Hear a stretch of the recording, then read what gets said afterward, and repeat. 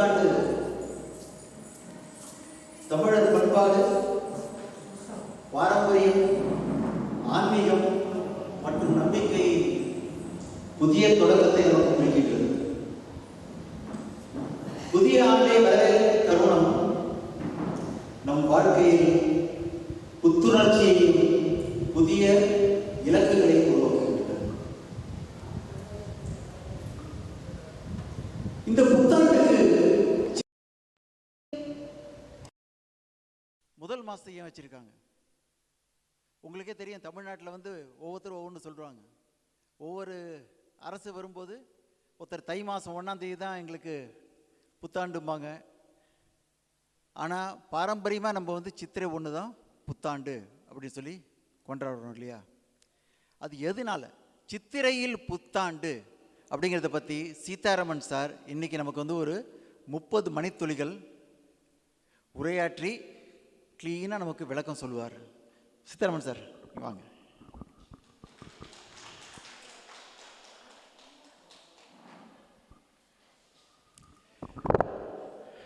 கௌஸ்துபம் BP ஹாலில் நடக்கிற முதல் ஃபங்க்ஷன். இந்த முதல் ஃபங்க்ஷன் அட்டன் பண்ணுற நீங்கள் அத்தனை பேருமே இங்கே 100வது ஃபங்க்ஷன் 1000வது ஃபங்க்ஷன் எல்லாமே நீங்கள் அட்டன் பண்ணணும் அப்படின்னு இந்த நாளை நம்ம உறுதி எடுத்துட்டு கண்டிப்பாக அட்டன் பண்ணுவோங்கிற தைரியத்தில் இன்றைய நிகழ்ச்சி நம்ம ஆரம்பிக்கிறோம். எல்லாரோட வாழ்விலையும் சந்தோஷம், நிம்மதி என்றைக்குமே நிலைத்திருக்கணும் அப்படின்னு வேண்டிட்டு புத்தாண்டு நல்வாழ்த்துக்களை சொல்லி சீதாராமன் சாரிடம் ஹேண்ட் ஓவர் பண்ண. நமஸ்காரம்.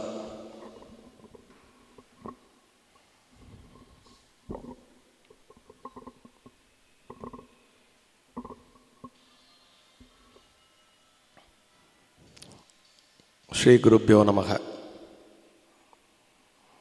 எண்ணிய முடிதல் வேண்டும், நல்லவே எண்ணல் வேண்டும், திண்ணிய நெஞ்சம் வேண்டும், தெளிந்த நல்ல அறிவு வேண்டும் என்ற பாரதியின் வரிகளை தியானித்து முதற்கண் அனைவருக்கும் இனிய சித்திரை திருநாளாம் தமிழ் புத்தாண்டு நல்வாழ்த்துக்கள்.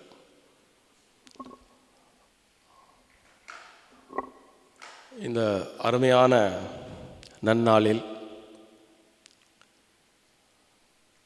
நமது கௌஸ்துப வளாகத்தில் இந்த பிரேமிக பவனம்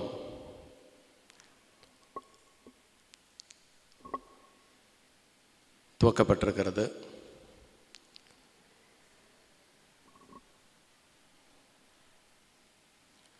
நேற்று நேரமெல்லாம் நீங்கள் இந்த ஹாலுக்கு பார்த்துருந்தீங்கன்னா இன்றைக்கு இந்த நிகழ்ச்சி நடக்குமா அப்படிங்கிற அளவில் அவ்வளவு வேலைகள் இருந்தது. 24 மணி நேரத்தில் இதை சாத்தியப்படுத்திய அத்தனை நல் உள்ளங்களுக்கும்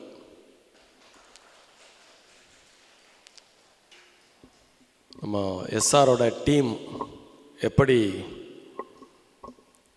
நேரத்தில் பணிகளை விரைந்தாற்றக்கூடிய தன்மை கொண்டது என்பதை நிரூபிக்கும் வகையில் குறித்த நேரத்தில் இந்த நிகழ்வு இங்கு நடைபெற்று கொண்டிருக்கிறது. நேற்று இரவு இருந்த நிலையில் எனக்கே கூட அந்த நம்பிக்கை இல்லை. நாளை காலை திட்டமிட்டபடி பிரேமிக பவனத்தில் இந்த நிகழ்ச்சியை நடத்த முடியுமா அப்படின்னு. இருந்தாலும் எல்லாரும் இரவு 2:30 மணித்துளி வரை பணியாற்றி இதை இங்கே சாத்தியப்படுத்தி இருக்கிறார்கள். முதற்கண் அவர்கள் அனைவருக்கும் மீண்டும் எனது மனமார்ந்த நன்றியை உரித்தாக்கிக் கொள்கிறேன். இன்னும் ஒரு 2 பேரை நான் பெயர் குறிப்பிட்டே ஆகணும், இல்லைன்னா என் மனசாட்சி என்னை மன்னிக்காது. ஸ்ரீவத்சவாசிகளில் ஒருவரான ரங்கராஜன் அவர்களும் ஸ்ரீவத்சம் கௌஸ்துபம் இரண்டிலும் எந்த நிகழ்ச்சி நடந்தாலும் இரண்டையும் பாகுபாடு பார்க்காமல் அத்தனையும் நம்முடைய நிகழ்வே என்று எண்ணி இரவு பகல் பாராமல் அவர் இங்கு ஒரு டெக்னிக்கலாக பார்த்தா அவரும் ஒரு ரெசிடெண்ட்டு தான். இருந்தாலும் அவர் அப்படி மேனேஜ்மெண்ட் ரெசிடெண்ட் அப்படின்னு பிரித்து பார்க்கறதில்ல. மேனேஜ்மெண்ட்டும் ஒன்று தான், ரெசிடெண்ட்டும் ஒன்று தான் அப்படிங்கிற அந்த ரீதியில் இந்த நிகழ்வுகள் எல்லாம் நடப்பதற்கு எப்படி பல மலர்களை ஒரு நாரில் கோத்து மாலையாக்குகிறோமோ அது மாதிரி எல்லா நிகழ்வுகளுக்கும் இடையே நாராக தன்னை அர்ப்பணித்து கொண்டு இந்த நிகழ்வுகளை இப்பொழுது அதுவும் நான் கூட சொன்னேன், இன்றைக்கி நம்ம இந்த நிகழ்ச்சியை துவக்கிறதா நோக்கமே தவிர காலையில் பேசக்கூடிய அடியனுடைய ஸ்பீச்சை கூட கோயிலில் வச்சுன்றலாம், வேலைக்கு முக்கியத்துவம் கொடுத்துட்டு ஸ்பீச்சை கோயிலில் வச்சுட்டு சாயங்கால நிகழ்ச்சியை நம்ம துவங்கிடலாம் அப்படின்னு நான் சொல்லும்போது அன்பாக அதை மறுதளித்து, இல்லை முதல் நிகழ்வாக உங்களுடைய பேச்சு இருக்க வேண்டும் என்று நாங்கள் சென்டிமெண்ட்டாக ஃபீல் பண்ணுறோம், அதனால் எப்படியும் அது நடந்தே தீரும் என்று அவரும் முழு முனைப்பு காண்பித்து ஓடி ஆடி உழைத்து இதை சாத்தியப்படுத்தியிருக்கிறார். அவர் வேறு யாரும் அல்ல, நாம் அனைவரும் அன்புடன் அழைக்கும் டாக்டர் டிவிகே அவர்கள். நேற்றிலிருந்து அவரும் திரு ரங்கராஜன் அவர்களும் எடுத்துக்கொண்ட முனைப்பு வார்த்தைகளின் வர்ணனைகளுக்கு அப்பாற்பட்டது. எல்லா காரியங்களும் சிறப்பாக நடைபெறுவதற்கு மனிதர்களுடைய ஒத்துழைப்பு அப்படிங்கிறது ரொம்ப தேவை. அந்த வகையில் கடவுள் நமக்கு அற்புதமான மனிதர்களை நமக்கு அளித்து அருள்பாலித்திருக்கிறார் அப்படிங்கிற ஒரு அருமையான விஷயத்தையும் இந்த புத்தாண்டிலே நினைவு கூற தலைப்படுகிறேன். நிற்க நான் என்ன பேசணுங்கிறதே அவரே தன்னுடைய முன்னுரையில் ஹிண்ட்டு கொடுத்துட்டார், என்னதான் பேசணும் அப்படின்னு. சித்திரையில் புத்தாண்டு அப்படிங்கிற ஒரு விஷயம் தலைப்பு. இந்த தலைப்பில் பல விஷயங்கள் பேசலாம், இருந்தாலும் அந்த தலைப்புக்குள்ளே நேரத்தையும் கொடுத்து ஹிண்ட்டும் கொடுத்துட்டார். இவ்வளோ நேரம் தான் பேசணும், இன்னது தான் பேசணும் அப்படிங்கிற ஹிண்ட்டும் கொடுத்துட்டார் அவர். அதனால் அதற்கு கட்டுப்பட்டு விரைவாக இன்றைக்கு நிறைய நிகழ்ச்சிகள், இது முடிஞ்ச உடனே பஞ்சாங்க படம் இருக்குது கோவிலில். ஸோ நான் ரொம்ப சுருக்கமாக இந்த உரையை உங்கள் முன்னே ஆற்றி உங்களுடன் ஆவலாக பஞ்சாங்க படம் நிகழ்ச்சியிலும் கலந்து கொள்ள அடியேன் தயாராக இருக்கிறேன். நிற்க இந்த தமிழ் புத்தாண்டு அப்படிங்கிறது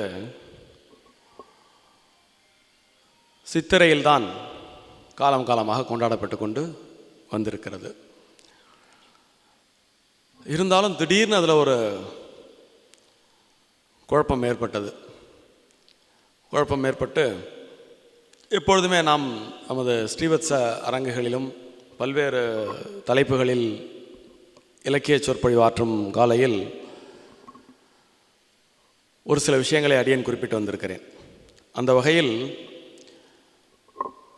சமய வாழ்வு, இலக்கிய வாழ்வு, மக்கள் கடைபிடிக்க வேண்டிய மரபு, கலாச்சாரம், இவைகளை எல்லா காலகட்டங்களிலுமே அரசியல் தீர்மானித்து வந்திருக்கிறது. மன்னன் எவ்வழி குடிகள் அவ்வழி அப்படின்னு ஒரு பழமொழியே உண்டு. அதனால் ஒரு நாட்டின் அரசனாகப்பட்டவன் எதை கடைபிடிக்கிறானோ, எதை நம்புகிறானோ,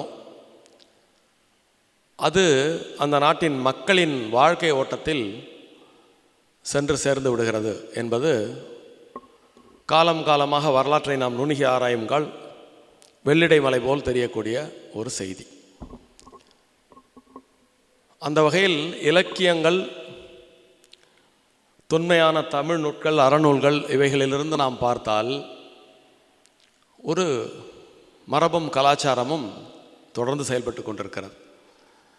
ஆத்திகம் வளர்வதும், இடையில் நாத்திகம் அதை மிதித்து கீழே தள்ளுவதும், மீண்டும் ஆத்திகம் எழுவதும், நாத்திகத்தை வெல்வதும், இதுவும் ஒரு விதமான காலச்சுழற்சியே.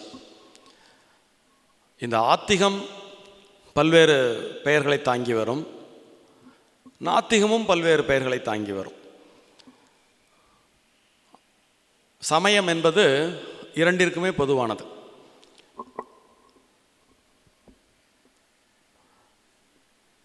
இறைவன் உண்டு, இறைவன் இவ்வாறு இருக்கிறான் அப்படின்னு நம்பக்கூடிய பொதுவாக அந்த வலதுசாரி சிந்தனையை ஆஸ்திகம் என்றும் மறுப்பு சிந்தனையை நாஸ்திகம் என்றும் தொன்று தொட்டே கூறி வருகிறோம்.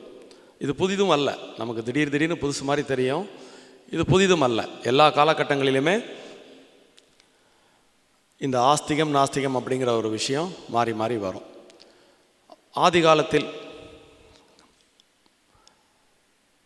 கிபி முதல் 2ஆம் நூற்றாண்டுகளில் தழைத்தோங்கிய சமயம் 3ஆம் நூற்றாண்டிற்கு பிறகு சமண பௌத்தத்தினால் ஒரு வீழ்ச்சிக்கு உட்படுத்தப்பட்டது.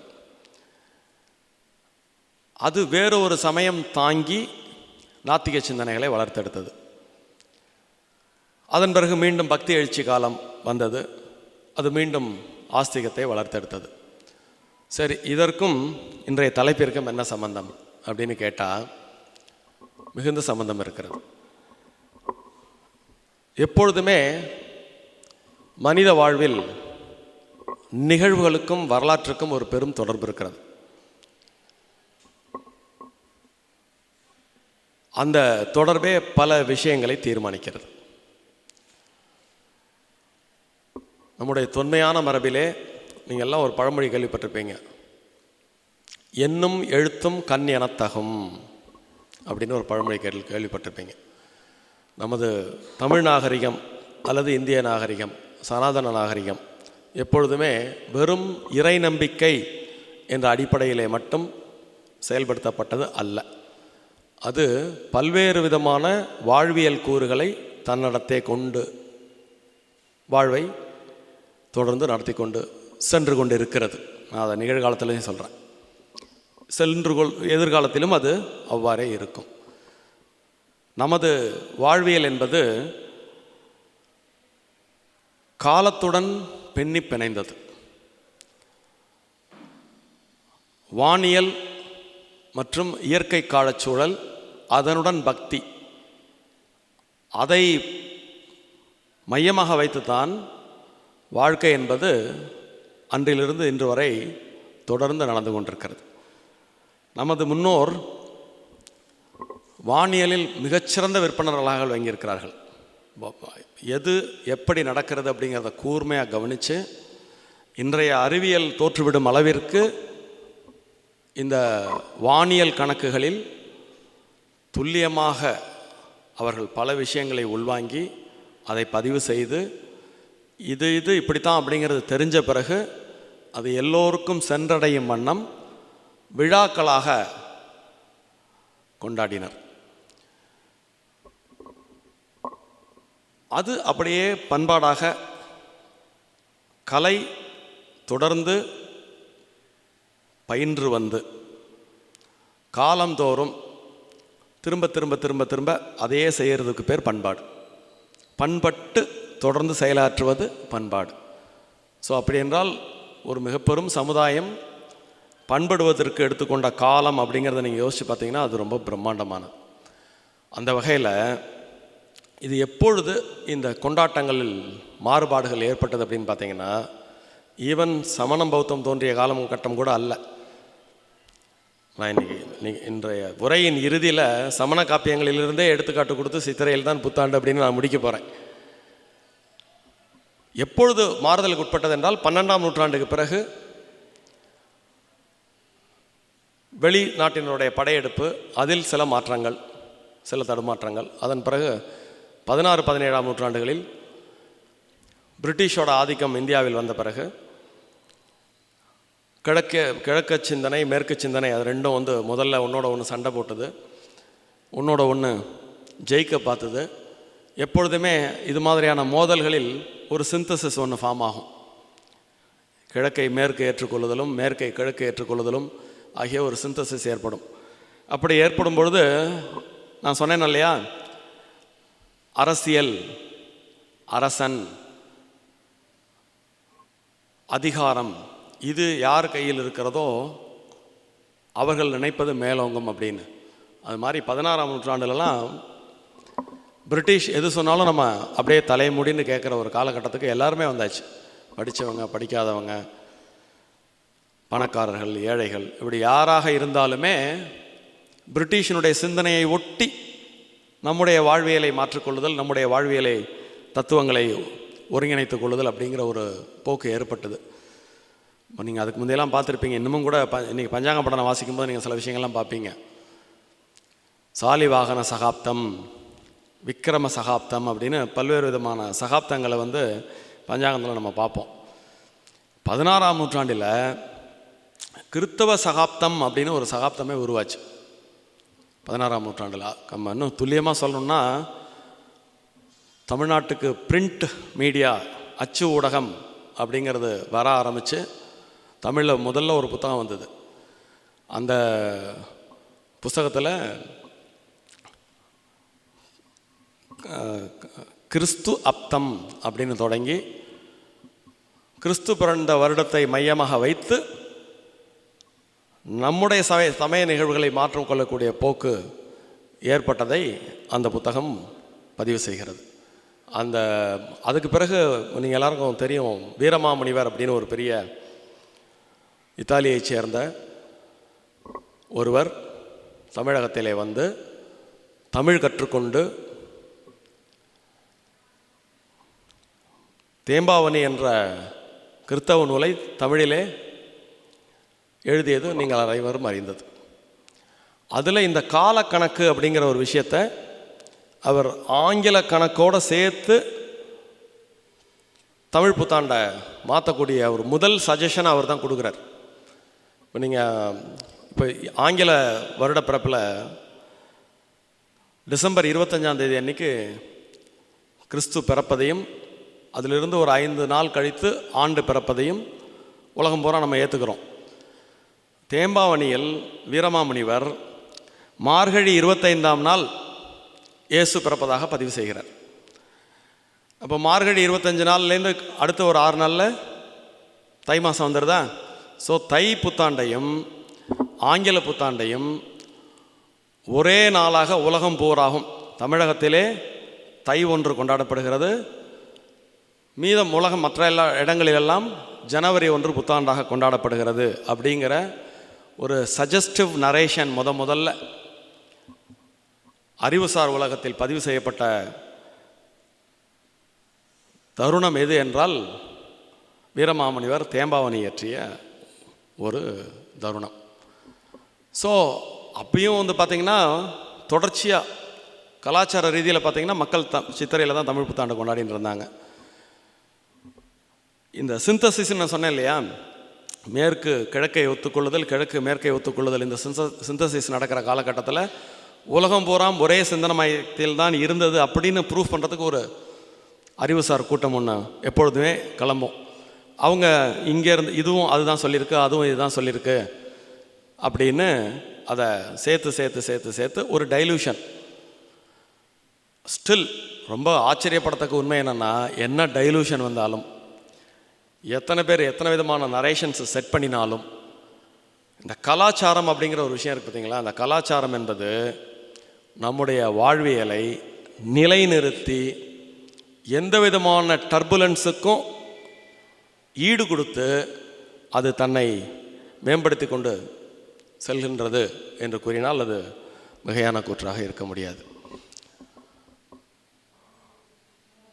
இப்போ இடையில ரொம்ப சமீபத்தில் 2000ற்கு மேற்பட்டு தமிழக அரசியலிலே தமிழ் புத்தாண்டு அப்படிங்கிற ஒரு விஷயத்தில் ஒரு பெரும் மாறுதலை தமிழக அரசே கொண்டு வந்தது. சித்திரையில் நாம் கொண்டாடுவது புத்தாண்டு அல்ல, தைத்திங்களில் கொண்டாடுவது தான் புத்தாண்டு அப்படின்னு ஒரு சட்டமே இயற்றப்பட்டது. அதை தான் அவர் இன்றைக்கி பேசும்போது குறிப்பிட்டார். ஸோ இன்றைய தலைப்பை அவருடைய முன்னுரையில் அவர் தீர்மானித்தார் இன்றைக்கி அதை சொல்லும்பொழுது. அப்போது இது மீண்டும் ஒரு மிகப்பெரிய விவாத பொருளாக மாறியது. தைத்திருநாள் தான் புத்தாண்டு அப்படின்னு பல அறிஞர் பெருமக்கள் வாதாடும் பொழுது அவர்கள் மிக முக்கியமாக துணைக்கு எடுத்துக்கொண்டது சிலப்பதிகாரத்தில் வரக்கூடிய இந்திர விழா தை மாதத்தில் தான் நடந்தது இந்திர விழாவே நமது பாரம்பரிய விழா. அதே மாதிரி வைணவ பெருங்காப்பியமான வைணவத்தில் உள்ள திருப்பாவை பாடலை உதாரணமாக காண்பித்து மார்கழியில் நோன்பு நோற்று தைத்திங்களில் அந்த நோன்பு துறந்து இறைவனை கொண்டாடக்கூடிய அந்த தை திருநாள் இருக்கல்லவா, அதுதான் ஆண்டின் தொடக்கம் அப்படின்னு சங்ககாலம் பக்தி இலக்கியத்தினுடைய உச்சம் இவைகளையெல்லாம் எடுத்துக்காட்டி நமது புத்தாண்டு என்பது தைத்திங்கள் தான், சித்திரை அல்ல என்று ஒரு பெரும் கூட்டம் ஆய்வு கட்டுரைகளை எல்லாம் எழுதி தள்ளி அதை பேசா வச்சுக்கிண்டு தை மாதத்தில் தான் தமிழ் புத்தாண்டு அப்படின்னு அரசாங்கம் தமிழ்நாட்டில் ஆணையை பிறப்பிச்சு ஒரு சிலர் இன்றும் அதை கொண்டாடி கொண்டிருக்கிறார்கள். சரி நிற்க இப்படி ஒரு டிபேட் கிளம்பியாச்சு. புத்தாண்டு என்பது தை திருநாளா அல்லது சித்திரை திருநாளா? ஏதேனும் ரெண்டில் ஒன்று உண்மையாக இருக்கணும் இல்லையா? எதனால் தமிழ் புத்தாண்டு இந்த ஏப்ரல் மாதம் 14ஆம் தேதி வருகிறது? ஏப்ரல் 14ங்கிறது இப்போ இங்கிலீஷ் ரெஃபரன்ஸ். நம்முடைய பாரம்பரிய ரெஃபரன்ஸ் என்னென்னா சித்திரையின் முதல் நாள், சித்திரை மாதத்தின் முதல் நாள் தமிழ் புத்தாண்டு. சற்று காலத்தால் பின்னோக்கி சென்றால், நீங்கள் எல்லோரும் திருவிளையாடல் படம் பார்த்துருப்பீங்க.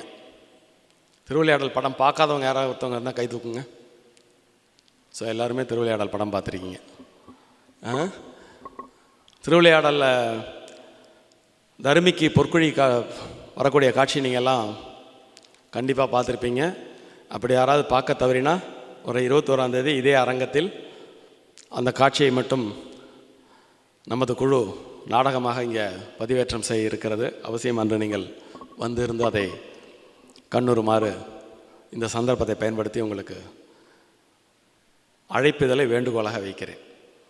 அதில் உங்களுக்கு தெரியும், அந்த திருவிளையாடல் நாடகமெல்லாம் அதில் வரக்கூடிய டைலாக்ஸ்லாம் இருக்குது பாருங்கள், வெரி பவர்ஃபுல் டைலாக்ஸ்.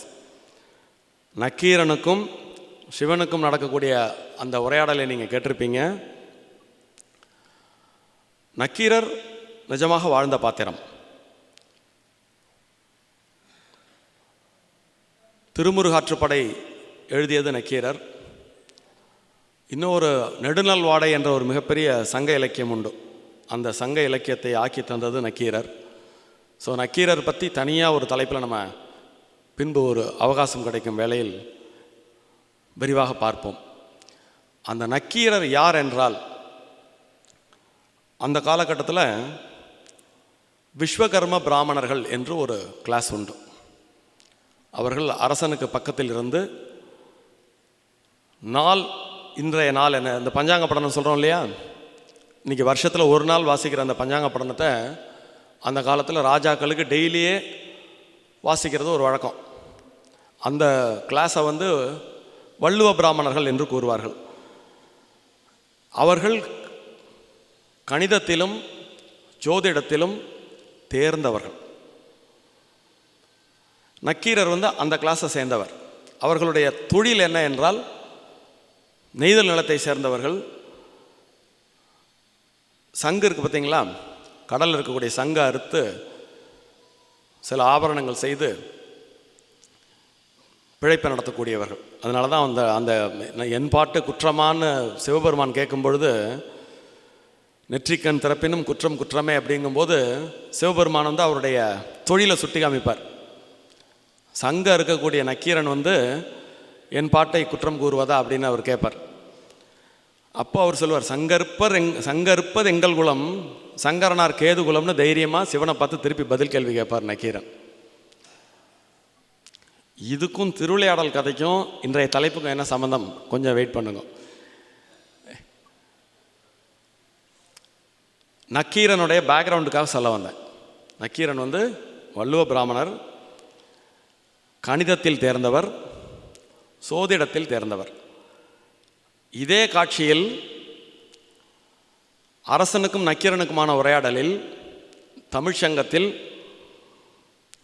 நக்கீரர் தலைமை புலவராக இருக்கிறார், கபிலர் இருக்கிறார், பரணம் இருக்கிறார், இன்னும் மற்றும் பல சான்றோர் அடங்கிய இந்த சபையிலே எனது சந்தேகத்தை தீர்ப்பதற்கு ஒரு பாட்டு இல்லையா என்று அந்த செண்பக பாண்டியன் மன்னன் வினவும் பொழுது நக்கீரர் என்ன சொல்வார்? நீங்கள் சந்தேகத்தை மட்டும் தீர்க்கறதுக்கு பாட்டு கேட்டிருந்தீங்கன்னா பாட்டு நேரம் குமிஞ்சிருக்கும். நீங்கள் என்ன பரிசுக்கு பாட்டுன்னு சொன்னீங்க, என்னுடைய புலமையை பரிசுக்கு அடமானம் வைக்கும் அளவிற்கு என் எண்ணும் எழுத்தும் இன்னும் இழைக்கவில்லை அப்படின்னு ஒரு வார்த்தை சொல்வார். இதெல்லாம் நீங்கள் பயங்கரமாக டீ கோட். அந்த எண் என்பது சோதிடம், எழுத்து என்பது இலக்கியம். ஸோ அவருடைய அந்த வானியல் அறிவு, இலக்கிய அறிவு இரண்டும் பரிசிற்கு புலமையை அடகு வைக்கும் இடத்தில் இல்லை. அந்த சின்ன சின்ன வார்த்தைகளுக்கு பின்னாடி பிரம்மாண்டமான ஒரு விஷயம் இருக்குது. இது ரொம்ப காரணத்தோடு தான் இங்கே குறிப்பிடுறேன். கடைசியில் இதனுடைய முடிச்ச நான் உங்களுக்கு அவுக்கிறேன். இப்போது தையில்தான் புத்தாண்டு என்று சொல்லக்கூடிய இலக்கிய கூட்டம் சிலப்பதிகாரத்தை எடுத்தாள்கிறது. அதே சிலப்பதிகாரத்தில் இந்திர விழா எப்பொழுது நடந்தது என்பதற்கு தெளிவான இன்னொரு சான்றும் இருக்கிறது. பூம்புகாரில் நீங்கள் எல்லாம் சிலப்பதிகாரம் படிச்சிருப்பீங்க. பூம்புகாரில் ஒவ்வொரு வருடமும் இந்திர விழா என்பது பிரம்மாண்டமாக நடைபெற்றது என்பதை கேள்விப்படாத தமிழர்களே இருக்க முடியாது. ஸோ அந்த இந்திர விழா தையில் நடந்தது அப்படின்னு சொல்லி தான் அது தமிழ் புத்தாண்டுன்னு நிறைய பேர் சொல்லுவாங்க. ஆனால் அதே சிலப்பதிகாரத்தில் இந்த நிலவு நம்ம சொல்லுவோம். தமிழில் வந்து பார்த்திங்கன்னா தமிழ் மாதத்தினுடைய சிறப்பு என்னன்னு கேட்டிங்கன்னா, மாதத்திற்கு திங்கள் என்ற மாதத்தை குறிப்பது ஞாயிறு என்பது கதிரவன். கதிரவன் எந்த ராசிக்குள் பிரவேசிக்கிறாரோ அந்த ராசியில் அதாவது ஒரு வருஷத்துக்கு 12 மாதம், 12 மாதத்துலேயும் சூரியன் ஒவ்வொரு ராசியில் ஒரு மாதம் சஞ்சாரம் பண்ணுவார். அப்படி சித்திரையில் அவர் சஞ்சாரம் பண்ணும்பொழுது சித்திரை மாதம் என்று குறிப்பிடுகிறோம். ஆனால் அந்த சித்திரை மாதத்திற்கு இன்னொரு ஏற்றம் உண்டு. எதனால் அந்த மாதத்திற்கு சித்திரை என்ற பெயர் என்றால், இந்த மாதத்தில் எந்த நட்சத்திரத்தில் நிலா பூரண நிலாவாக மாறுகிறதோ, பௌர்ணமியாக மிளிர்கிறதோ, அந்த நட்சத்திரம் விழக்கூடியது பேஸாக வச்சுக்கிட்டு தான் தமிழ் மாதங்களுக்கு பெயரே ஏற்பட்டது. ஸோ இந்த சித்திரை மாதத்தில் சித்திரை அன்னைக்கு, சித்திரை நட்சத்திரம் வர்ற அன்னைக்கு பௌர்ணமி வரும். சித்ரா பௌர்ணமி என்று கூட அதை நம்ம சிறப்பாக கொண்டாடுவோம். ஸோ எந்தெந்த மாதத்தில் எந்தெந்த நட்சத்திரத்தில் நிலா பூரணமடைகிறதோ அதை அந்த மாதத்தின் பெயராக வைப்பது தமிழர்களின் வானியல் அறிவு வெளிப்படுத்திய பிரம்மாண்டமான ஒரு நுண்ணறிவு. இது வந்து ஞாயிறு திங்கள் ரெண்டும் ஒன்று தொடர்புடையது. ஞாயிறு வந்து சூரியன், திங்கள் சந்திரன். ஆனால் ஒரு மாதத்தை சொல்லும் பொழுது அந்த திங்களை தைத்திங்கள், சித்திரை திங்கள். இப்போ இந்த மாதத்தை சித்திரை திங்கள் என்று சொல்வார்கள். திங்கள் என்றால் மாதம் என்ற ஒரு பொருளும் உண்டு. ஸோ இந்த சூரியனையும் சந்திரனையும் பிரிக்க முடியாது. சந்திரன் பூரண நிலாவாக பிரகாசிக்கக்கூடிய நட்சத்திரம் எதுவோ அந்த நட்சத்திரத்தை தாங்கிய, அந்த நட்சத்திரத்தின் பெயரை தாங்கிய மாதம்தான் சித்திரை, வைகாசி. அப்படி ஒன்றொன்றுக்கும் பின்னாடி பார்த்தீங்கன்னா இது ஒரு தனி ஆய்வே நீங்கள் செய்யலாம். சித்திரையில் சித்திரை அன்று சேரும் பௌர்ணமி நன்னாளில் இந்திர விழா கொண்டாடப்பட்டதாக சிலப்பதிகாரம் பதிவு செய்கிறது.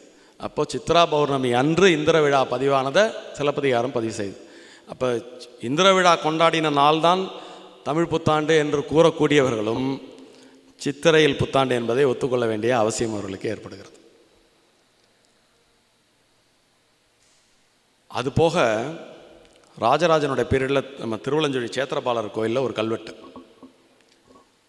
வருடத்தின் 360, ஒரு வருடத்தை 360, அதாவது இந்த காலத்தை 360 பகுத்து 30 டிகிரியாக நீங்கள் போட்டிங்கன்னா 90 4 வெர்டிக்கல் ஒரு வட்டத்தை 4 பகுதியாக பிரிச்சிங்கன்னா 4 குவார்ட்டர் வரும் இல்லையா? அந்த குவார்ட்டரை சித்திரை விசு, அடுத்தது தட்சிணாயனம், ஐப்பசி விசு, அதுக்கப்புறம் உத்தராயணம். சித்திரை விசு ஒரு 3 மாதம், தட்சிணாயனம் ஒரு 3 மாதம். இது முடிஞ்ச உடனே 6 மாதம் முடிஞ்சிடுறது. அதுக்கப்புறம் ஐப்பசி விசு, அது முடிஞ்ச உடனே உத்தராயணம், அப்புறம் சித்திரை விசு. இப்படி இந்த 4 குவார்ட்டராக அப்படி பிரிச்சுனீங்கன்னா இப்படி சுற்றி சுற்றி வரும். நாம் ஏன் சித்திரை மாதத்தை நமது முன்னோர்கள் தேர்ந்தெடுத்தார்கள் என்றால், இந்த சித்திரை 1, ஐப்பசி 1, இந்த 2 நாள் தான் வருடத்தில் உள்ள 365 நாளில் இந்த 2 நாளில்தான் பகல் பொழுதும் இரவு பொழுதும் சமமாக இருக்கும். சூரியன் கதிகிழக்காக இருக்கக்கூடிய நாள். கதிகிழக்கு கதிமேற்குன்னா ஷார்ப்பாக இன்றைக்கி சூரியன் கிழக்க இருப்பார் இந்த சித்திரை மாதத்தின் 1ஆம் தேதி அன்னைக்கு. ஜோதிட சாஸ்திரத்திலும் சூரியன் உச்சம் பெறக்கூடிய மாதம் மேஷ மாதம். மேஷம் மீனம் அப்படின்னு நம்ம கலோக்கியல் லாங்குவேஜில் கூட சொல்லுவோம், மேஷம் மீனம் பார்க்குறதா இருக்குது அப்படின்னு. மேஷத்தில் தொடங்கி மீனம் வரை. ஸோ மேஷ மாதம் தான் இந்த ஆங்கிலத்தில் இது ஏப்ரல்னு நம்ம சொல்கிறோம். தமிழ் மாத கணக்கில் சித்திரை. இப்போது சூரியனுடைய க்ளீன் ஈஸ்ட் டைரக்ஷனில் இருக்கு. இது அதுக்கப்புறம் மாறும். ஐப்பசி மாதத்தில் மாற ஆரம்பிக்குது. அதுக்கப்புறம் தையில் மறுபடியும் ஒரு டேர்ன் எடுக்கிறது. ஸோ இந்த மாதிரி எப்போ எவ்வளோ நுட்பமான காலக்கணக்கு நம்மக்கிட்ட இருந்திருக்கு அப்படிங்கிறத பாருங்கள். இப்போது புலமையை அடகு வைக்கும் அளவிற்கு என் இன்னும் எழுத்தும் இழைக்கவில்லைன்னு சொன்ன நக்கீரன் இதை நெடுநல் வாடையில் பதிவு செய்கிறார். சிவபெருமான்டே நெற்றிக்கண் திறப்பினும் குற்றம் குற்றமே என்று பதிவு செய்த நக்கீரர் ஆடு தலையாக விண்ணூர்பு திரியும் அப்படின்னு இந்த 12 மாதங்களில் எது தலை என்று அவர் நெடுநல் வாடையில் எழுதிய ஒரு பாவில் குறிப்பிட்டிருக்கிறார். ஆடுனா மேஷம்.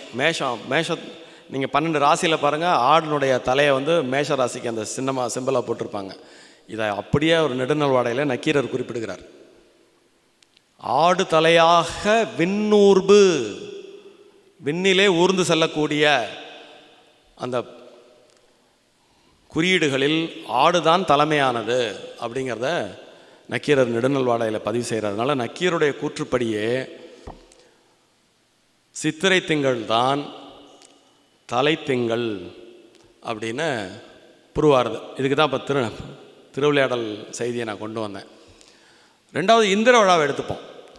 அதாவது பருவங்களின் தலைவனாக இந்திரனை கூறுவர். மகா பிரஜாபதி அப்படின்னே இந்திரனுக்கு ஒரு பேர் உண்டு.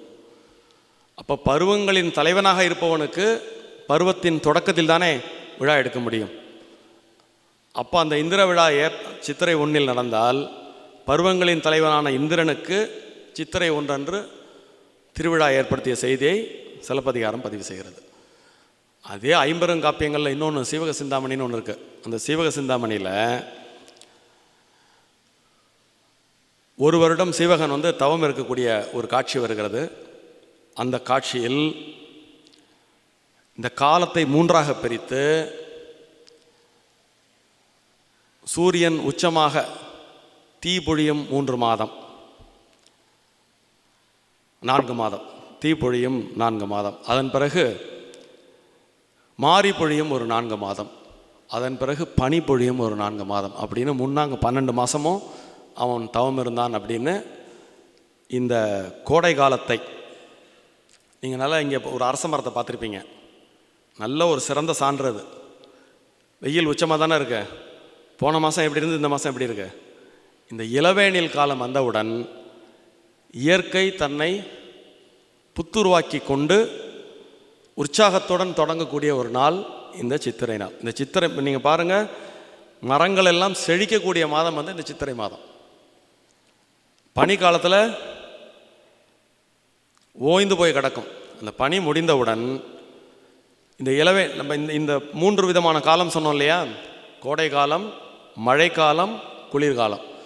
இந்த 3ஐயும் தமிழில் 6 விதமாக சொல்லுவாங்க. இளவேனில், முதுவேனில், கார், கூதிர், முன்பனி, பின்பனி. இப்போ இந்த 6 காலத்துக்கு 2 மாதமாக எடுத்துட்டிங்கன்னா 12 மாதம் வந்துடும். ஸோ இந்த இளவேநீர் காலத்தின் முதல் நாள் சித்திரையின் முதல் நாள்.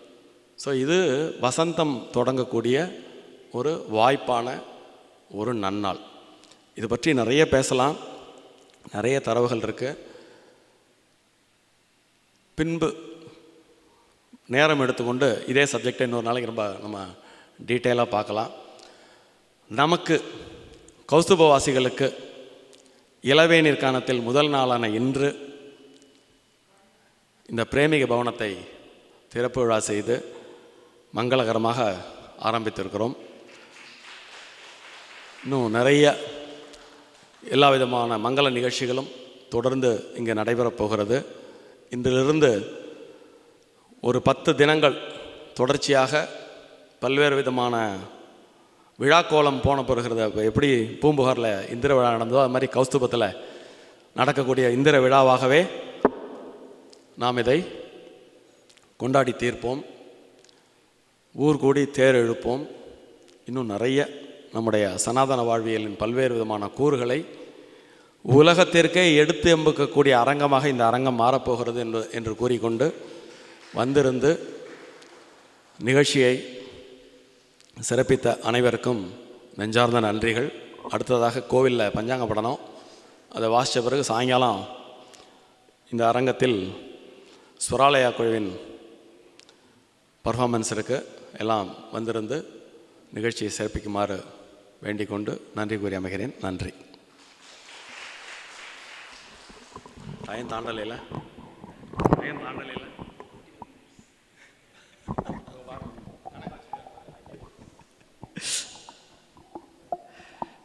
30 நிமிஷம் சொன்னோம், 31 நிமிஷத்தில் கரெக்டாக சார் முடிச்சிட்டார். பிரமாதம். Thank you sir. Thank you for keeping the time. ஒரே மேத்தமேட்டிக்ஸ், ஸ்டாட்டிஸ்டிக்ஸ் கணக்காக சொல்லி தீர்த்துட்டார் சார். பருவங்கள், காலங்கள். சரி, ஸ்டாட்டிஸ்டிக்ஸ் கணக்கு சொல்கிறார் இல்லையா? சரி, இதிகாசங்கள் எத்தனை? 2. என்னென்ன? ராமாயணம், மகாபாரதம். 50 காப்பியங்கள் என்னென்ன? 50 காப்பியங்கள். நான் இந்த விளையாட்டுக்கு வரல அப்படிங்கிறாங்க. Silappatikaram, Manimekalai, Seevaka Chintamani, Valayapathi, Kundalakesi. Very good, excellent. 50 காப்பியங்கள் சொல்கிறேன். 12 மாதங்கள், தமிழ் மாதங்கள்: சித்திரை, வைகாசி, ஆனி, ஆடி, ஆவணி, புரட்டாசி, ஐப்பசி, கார்த்திகை, மார்கழி, தை, மாசி, பங்குனி. பா, கலக்குறீங்க. 12 ராசிகள்: மேஷம், ரிஷபம், மிதுனம், கடகம், சிம்மம், கன்னி, துலாம், விருச்சிகம், தனுர், மகரம், கும்பம், மீனம். சரி, அடுத்த கேள்வி. 27 நட்சத்திரங்கள் சொல்லுங்க. பாட்டா சொல்லிடலாமா? ஒரு சினிமாலேயே வந்திருக்கு. அஸ்வதி, பரணி, கார்த்திகை, ரோகிணி, மிருகசீரிஷம், திருவாதிரை 6 அப்படிமாங்க. புனர்பூசம், பூசம், ஆயிலை, மகம், பூரம், உத்திரம், அஸ்தம் 13. சித்திரை, சுவாதி, விசாக, மனுஷம், கேட்டை, மூலம், பூராடம் 20. உத்திராடம், திருவோணம், அவிட்டம், சதயம், பூரட்டாதி, உத்திரட்டாதி, ரேவதி. அப்படிங்கும்போது ஏமாமா கூப்பிட்டேலா அப்படிம்பா. நீ என்ன குசேலனுக்கு கடைசி குழந்தையா? அடச்சேபோ அப்படிம்பா. Okay, jokes apart. இன்னைக்கு நிகழ்ச்சி ஆரம்பிச்சிருக்கு. இன்னிலேருந்து 11 நாட்கள், 11 நாளும் கலை அருவி 11, அதாவது கலை விழாக்கள், கல்ச்சுரல் ஃபெஸ்டிவல்ஸ் 11 நாளும் நிறைய ப்ரோக்ராம்ஸ் இருக்குது. எந்த ப்ரோக்ராமுமே யாரையுமே மிஸ் பண்ணக்கூடாது அப்படிங்கிறதுனால ஒரே ஒரு தடவை ப்ரோக்ராமை ரிமைண்ட் பண்ணிடுறேன். இன்றைக்கி சாயந்தரம் 4:30லேருந்து 5:30, இன்றைக்கி 14ஆம் தேதி ஸ்வராலயா டீம் ஸ்ரீவத்சத்துலேருந்து வராங்க. இங்கே உள்ள சிங்கர்ஸும் இருக்காங்க. எல்லாமே ஸ்ரீவத்சம் சொன்னால் ஸ்ரீவத்சம் ஃபேஸ் 1 ஃபேஸ் 2, அதாவது கௌஸ்துபம் ரெசிடென்ட்ஸும் இருக்காங்க. அவங்க வந்து 4:30லேருந்து 5:30 மணி வரைக்கும் சாயந்தரம் இங்கே தான் பாடல்கள் இருக்குது. 6லேருந்து 7 Tamil new year special quiz, வினாடி வினா நிகழ்ச்சி. இது வந்து எல்லாருக்கும் நிறைய பரிசு கிடைக்கணுங்கிறதுக்காகவே ஈஸியான குவிஸ் கொஷின்ஸோடு நடத்த போகிறோம். அதனால் யாரும் மிஸ் பண்ணிடாதீங்க. நாளைக்கு 15ஆம் தேதி யூ, மீ அண்ட் மைக். நீங்கள், நான், மைக், இது 3 தான். நீங்கள் பாட்டு பாடலாம், டான்ஸ் ஆடலாம், கவிதை சொல்லலாம், உரையாடலாம், என்ன வேணாலும் செய்யலாம் உங்கள் இஷ்டத்துக்கு. யூ, மீ அண்ட் மைக்னு பிரமாதமான ப்ரோக்ராம். எல்லாரும் என்ஜாய் பண்ணுவீங்க. யாருக்குள்ள என்ன விதமான திறமை இருக்குது அது எடுத்து சொல்கிற ப்ரோக்ராம் நாளைக்கு இருக்குது. சாயந்தரம் 4:30லேருந்து 5:30. அது முடிஞ்ச உடனே நகைச்சுவை நாடகம் ஒன்று இருக்குது. கமலாராஜன் நடத்துகிறாங்க நகைச்சுவை நாடகம். அருமையான நாடகம், ரொம்ப நல்லாயிருக்கும். மிஸ் பண்ணிடாதீங்க. நாளை மறுதினம் 16ஆம் தேதி கோவிலில், ஆக்சுவலி இங்கே ஹாலில் தான், நாம மகிமை உபன்யாசம். நாம மகிமை உபன்யாசம் பாலாஜி பாகவதர் வர்றார். சாயந்தரம் 4:30 மணிக்கு ஆரம்பித்து 7 மணி வரைக்கும் பாலாஜி பாகவதர் வந்து ரொம்ப அருமையாக இருக்கும். முதல்ல நாம சங்கீர்த்தனம்னு சொல்லலாம்னு நினச்சோம். பட்டு அதோட இன்னும் ஒரு படி மேலே போய் நாம மகிமை உபன்யாசம், இதுலேயே இதுவும் வரும், நாம சங்கீர்த்தமும் வரும், பாடல்களும் வரும் அப்படின்னு இருக்காங்க. 17ஆம் தேதி காலம்புற தயவு செஞ்சு யாரும் மிஸ் பண்ணாமல் இங்கே பார்க்குக்கு பக்கத்தில் காலையில் 9:30 மணிக்கு வந்துடுங்க. நம்ம எம்ப்ளாயீஸ்க்கு ஒரு வாலிபால் மேட்ச் வைக்கிறோம். இத்தனை வருஷமாக நமக்காக வேலை செஞ்சு ரொம்ப கஷ்டப்பட்டு இருக்கா இல்லையா, அந்த எம்ப்ளாயீஸ்க்காக வாலிபால் மேட்ச் வச்சு அவங்களுக்கு பரிசுகள் கொடுக்க போகிறோம். அதனால் 17ஆம் தேதி கிளம்புற 9:30லேருந்து 10:30 வாங்க. அன்றைக்கி சாயந்தரமே மியூசிக் அண்ட் டான்ஸ் தெரப்பி. நம்மள மாதிரி இளையவர்கள்லாம் இருக்காங்க இல்லையா, 90 வயசு கீழே, 60 வயசுக்கு மேலே 90 வயசுக்கு கீழே உள்ள இளைஞர்கள் அத்தனை பேருக்கும் மியூசிக் அண்ட் டான்ஸ் எந்த விதத்தில் நமக்கு புத்துணர்ச்சியை அளிக்கிறது. நம்ம என்னென்ன உட்கார்ந்தபடி, எழுந்திருக்காமல் பெரிய இதெல்லாம் இல்லாமல் உட்கார்ந்தபடி எந்த வகையில் நம்ம எக்ஸசைஸ்லாம் பண்ணலாம் அப்படின்னு சொல்லி ஒரு ப்ரோக்ராம். அது சாயந்தரம் 4:30லேருந்து 5:30. அதுக்கப்புறம் சீதாராமன் சார் வந்து ஒரு டாக்டர் இங்கே வரவழைக்கிறார். அந்த டாக்டர் வந்து நம்ம எல்லாரோட சேர்ந்து கலந்துரையாட போகிறார். யாருக்கு எந்த விதமான பிரச்சனைகள் இருந்தாலும் அவர்கிட்ட கேள்விகள் கேட்கலாம், எல்லாத்துக்குமே பதில் டாக்டர் சொல்வார். ஒரு கலந்துரையாடல் நிகழ்ச்சி இருக்குது. 18ஆம் தேதி சாயந்தரம் 5 மணிக்கு வசந்தி சம்பத் வந்து மார்ஸ்ங்கிறது என்ன கிரகம் தமிழில்?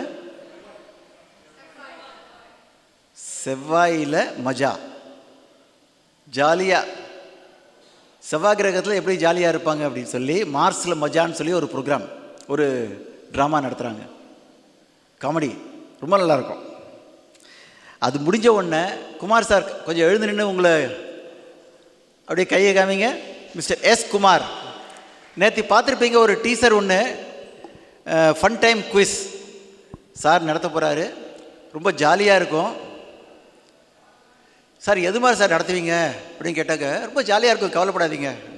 ஒரு கேள்வி சொல்லுங்கள் சார், பாலில் சிறந்த பால் எது, ஆவின் பாலா அமலா பாலான்னு கேட்குறாரு.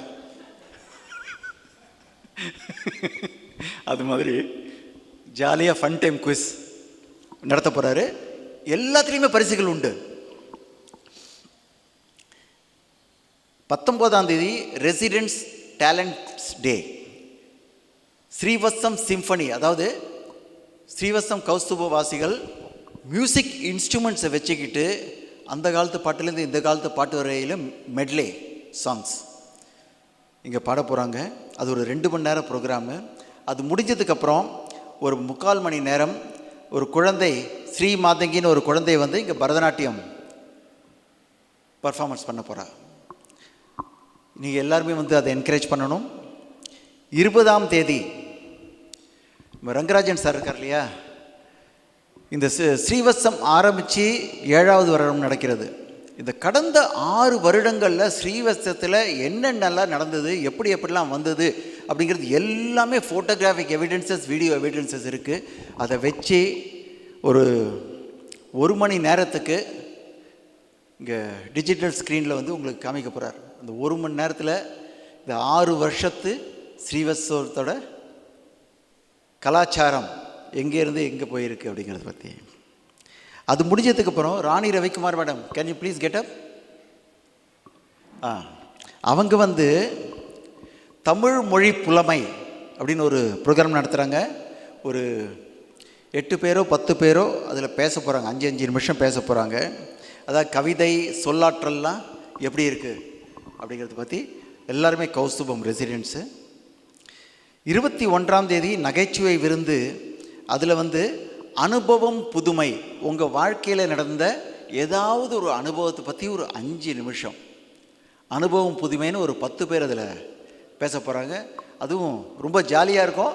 ஆனால் ஒன்று, அதை முழுக்க கேட்டுட்டு பின்னாடி போய் அவங்கள யாரும் கிண்டல் பண்ணக்கூடாது. நீங்கள் இது மாதிரி இருந்திருக்கீங்களே, இது மாதிரிலாம் பண்ணிருக்கீங்களேன்னு சொல்லி கிண்டல் பண்ணக்கூடாது. அதுக்கப்புறம் தான் சீதாராமன் சார் சொன்னார் இல்லையா, திருவிளையாடல்லேருந்து ஒரு காட்சியை எடுத்து அதை இங்கே காட்சிப்படுத்த போகிறோம். நேர்காட்சியாக அதில் நடந்ததை அப்படியே இங்கே வந்து உங்களுக்கு காமிக்க போகிறோம். அந்த நிகழ்ச்சி ரொம்ப நல்லா இருக்கும். 22ஆம் தேதி யாரும் மிஸ் பண்ணிடாதீங்க. காலம்பரை 9:30லேருந்து 12 மணி வரைக்கும் சின்ன வயசில் நீங்கள் செஞ்சதெல்லாம் திரும்ப இப்போ செய்ய போகிறீங்க. பல்லாங்குழி ஆட போகிறீங்க, ஆடுபுலி ஆட்டம் ஆட போகிறீங்க, பம்பரம் விளையாட போகிறீங்க. வாங்கி வச்சுருக்கோம், பம்பரம் கயிறெல்லாம் கொடுப்போம். பம்பரம் விளையாட போகிறீங்க. பாண்டி, சாதாரண பாண்டி இல்லை, ஏரோப்ளேன் பாண்டி. ஏரோப்ளேன் பாண்டி கோடு போட்டு கொடுத்துருவோம், சில்லு கொடுத்துருவோம், நீங்கள் ஆடணும். பாண்டி, நொண்டி, பேப்பந்துன்னு சொல்லுவாங்க தெரியுமா, அது கிடையாது, யாருக்கு அடி போட்டுருவோம்னு சொல்லி அது வேண்டாம்னு சொல்லிட்டு. அப்புறம் பரமபதம், 5 கல், அது மாதிரி நிறைய விளையாட்டுகள் உட்காந்தபடி. ஆனால் எல்லாத்துலேயுமே பரிசுகள் உண்டு. கலந்துக்கிறவங்க அத்தனை பேருக்குமே ஏதாவது பரிசுகள் உண்டு. நம்மளோட பழைய நினைவுகள்லாம் நம்ம திரும்ப கொண்டு வரதுக்காக தான் அது மெயினாகவே. அது முடிஞ்ச உடனே நம்ம அத்தனை பேரை என்கரேஜ் பண்ண வேண்டியது. நம்ப மாட்டீங்க, ஸ்ரீவத்சத்துலேருந்து ஒரு 46 பேர், இங்கே ஒரு 22 பேர், 68 பேர் இங்கே கோலம் போட போகிறாங்க. ரங்கோலி 68 பேர் இங்கே கோலம் போட போகிறாங்க. கலர் கோலம், ரங்கோலி. ஸோ நம்ம எல்லாருமே வரணும், அத்தனை பேரையும் என்கரேஜ் பண்ணணும் அவங்க ஒர்க்கர்ஸ்க்காக. 24ஆம் தேதி ஸ்மியூல் ப்ரோக்ராம் கேள்விப்பட்டிருப்பீங்க. இங்கே உள்ள ஸ்மியூல் ப்ரோக்ராம் இந்த வாட்டி சித்ரா சந்திரசேகர் லீட் பண்ண போகிறாங்க. சர்க்குணன் சார் வந்து கலக்க போகிறாரு. சர்க்குணன் சார் பாடி நீங்கள்லாம் கேட்டது கிடையாது, அப்படியே மயங்கி போயிடுவீங்க. நேற்று தான் நான் முதல் தடவை கேட்டேன். ஆஹா, இவ்வளோ பெரிய சிங்கர் இங்கே வச்சுட்டு நம்ம எப்படியா மிஸ் பண்ணோம் இத்தனை நாள். நீங்கள் பாருங்களேன், 26ஆம் தேதிக்கு அவர் வந்து கண்ணெதிரே தோன்றினால்னு அவர் ஒய்ஃபை பற்றி பாட போகிறேன்னாரு.